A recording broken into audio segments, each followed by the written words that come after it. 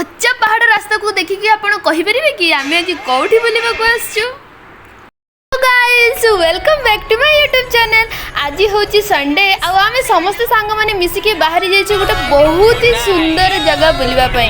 आ देखंतु तार व्यू एते सुंदर हेची रास्तार से जो पहाड़ रो आखी आ कुआड को भी जाउनी। तो आमे माने समस्त गीत गाई गाई एन्जॉय करके जाउछ। एतिकी भितरे आमको लगी जाइए जोर से भोक कहीं आम सका बाहरी आसलु कि भी न खाई तो आम अटकी जाइए आमर पेट पूजा करने। मल्ली को कैमरा देखु हाथ देखला मल्ली ठली कहते ना सुंदर तृप्तिर अवसाद नहीं जेते देखुले नुआ दिशुए। ए घंच जंगल होची तार परफेक्ट एग्जांपल। ए सबुज सुंदर शांत परिवेश मध्य आमे आगे चली आमर गंतव्य स्थल को। तेबे आसंतु गाइस आपण माने मध्य आम जर्नी रे शामिल हो जांतु।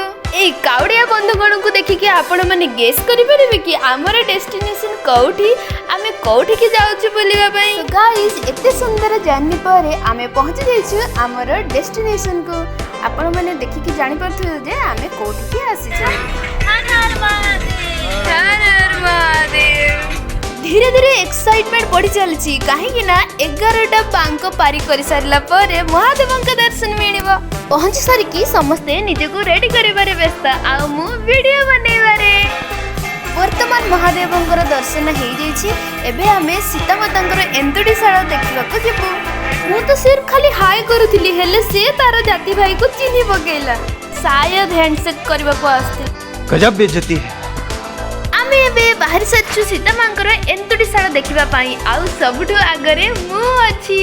एमने तो स्टार्टिंग रु ही थकी गलेनी हेले मो एनर्जी जेते चलेले भी रास्ता शेष ही हो नथिला। आहुरे पुणी 1.5 किलोमीटर पाखापाखि आहुरे पुणी चलिबार अछि पुणी सेटा भी पुणी एमितिया रास्ता रे भगवान। हेलो गाइज ओडीरो आयोजन करा जाइछि जोटी कि पारु वर्तमान विश्राम नउछि। अब हम पहुंच चुके हैं सीता एंतुड़ीशाला। भाई ऐसे रास्ते में तो मैं कभी नहीं।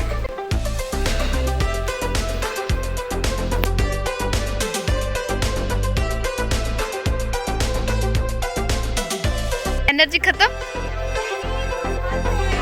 विश्वास अच्छी कि ये सेकंड हेल्ले देह खराब हेनी आउ ज्वर भी आसबनी बोली से आम समस्ते नौलु। एबे आम जाऊँ देवसभा सेटा भी पुणी एमती पहाड़ रास्ता माटी रास्ता।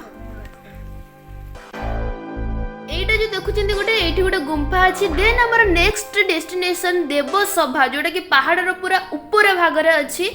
समस्ते हालिया है कि आमे पहुँचलु बहुत कष्ट रे एते दूर चलिकी देन टिके रेस्ट नेलु बसिकी। दर्शन सरला परे आमे फेरी आसीचु पुणी थरे एते दूर जो चली चली जाइथिलु पुणी सेतिकी दूर चली चली फेरिलु।